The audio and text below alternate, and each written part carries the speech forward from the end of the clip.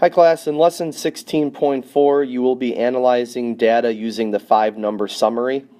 Learning targets for today: you will calculate and interpret the range, quartiles, and interquartile range as measures of variability for a data set, and you will calculate and interpret the 5-number summary as a measure of variability for a data set. Key terms to look for in 16.4: range, quartiles, abbreviated with a Q, interquartile range, abbreviated IQR, and 5-number summary. Please turn to page 1110, problem 1, halving and quartering. Recall that Sharp Middle School is applying for a grant that will be used to add fitness equipment to the gym, and that the principal gave a survey to 15 anonymous students. The results from the 15 anonymous students are shown. A dot plot of the sample of 15 students and the number of minutes they exercise each day is shown. Use the dot plot displaying the number of minutes spent exercising each weekday to answer questions 1 through 10. Please answer question 1 with your group members. For number 1, when you are describing the measure of variation of a data set, you are describing how spread out the data is. In this dot plot, the data goes from 0 minutes to 300 minutes, and most of the data are 100 minutes or less. Previously, you examined the mean absolute deviation as a measure of variability to describe the spread of data values. In this lesson, you will examine other measures of variability.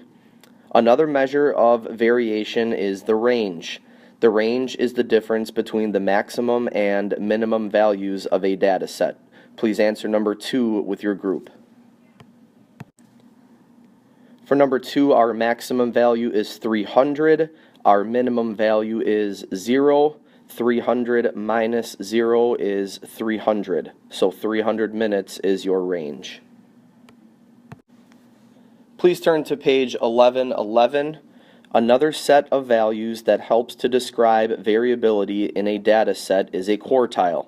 When data in a set is arranged in order, quartiles are the numbers that split data into quarters or fourths. Please answer number 3, 4, and 5 with your group.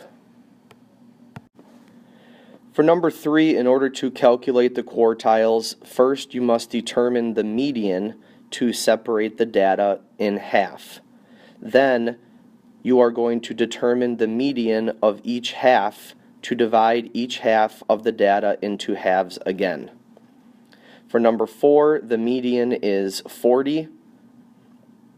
And for number 5, about 50% of the students spend less than 40 minutes exercising, and 50% of the students spend more than 40 minutes exercising.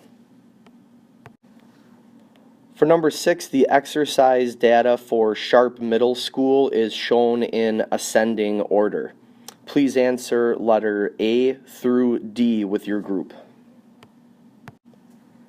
For letter A, the median from question 4 was 40, so we have that circled here. For letter B, the middle number for the students who spend less minutes exercising than the median is 20. For letter C, the middle number for the students who spend more minutes exercising than the median is 60. And for letter D, by calculating each of the medians, the data are now divided into 4 parts. Please turn to page 1112.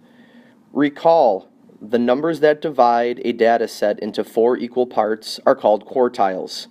Quartiles are often denoted by the letter Q, followed by a number that indicates which fourth it represents. Since the median is the second quartile, it could be denoted Q2. The other quartiles are Q1 and Q3. Please answer number 7 and 8 with your group. For number 7, It takes 3 quartiles to divide data into fourths. For number 8, Q1 is 20 minutes for letter A.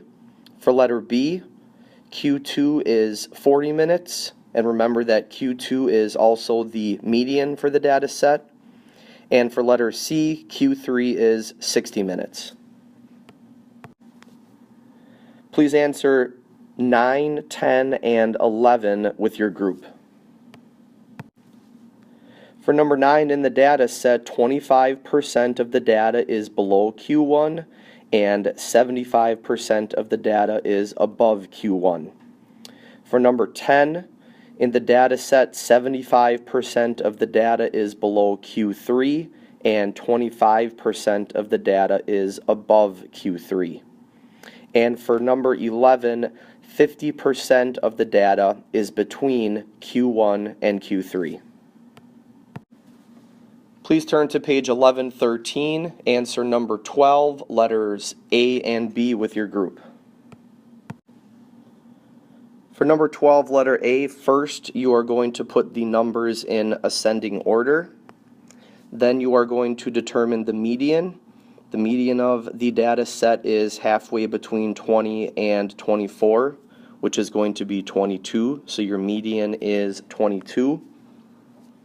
Q1 is going to be the median of the lower half of the data, which is going to be 18, and Q3 is the median of the upper half of the data, which is going to be 30.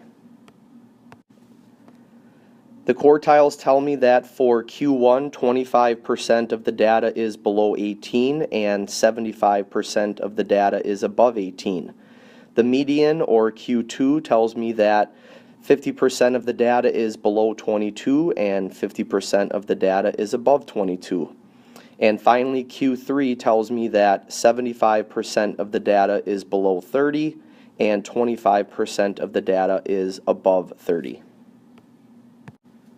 For letter B, we are going to follow the same steps. First, you are putting the numbers in ascending order. Then you are going to determine the median. The median of the data set is halfway between 240 and 250, which is going to be 245. So 245 is your median. Q1 is the median of the lower half of the data set, which is going to be between 180 and 200. So Q1 is going to be 190. Q3 is the median of the upper half of the data set. That is going to be between 260 and 280. That value is 270 for Q3. The quartiles tell me that for Q1, 25% of the data is below 190 and 75% of the data is above 190. The median, or Q2, tells me that 50% of the data is below 245 and 50% of the data is above 245. And finally, Q3 tells me that 75% of the data is below 270 and 25% of the data is above 270. Please turn to page 1114. Another measure of variation that can be calculated once the quartiles of a data set are determined. The interquartile range, abbreviated IQR, is the difference between the third quartile and the first quartile. The IQR indicates the range of the middle 50% of the data. Please answer number 13 and 14 with your group. For number 13, the middle 50% means the data between Q1 and Q3. It is going to exclude the data in the lowest 25% and the data in the highest 25%. And for number 14, yes, it is possible. Two data sets can have the same range and different IQRs.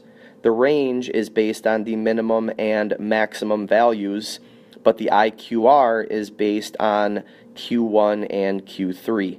Two data sets could have the same maximum and minimum values, but still have different quartiles. To summarize and describe the spread of the data values, you can use the 5-number summary. The 5-number summary includes the following 5 values from a data set.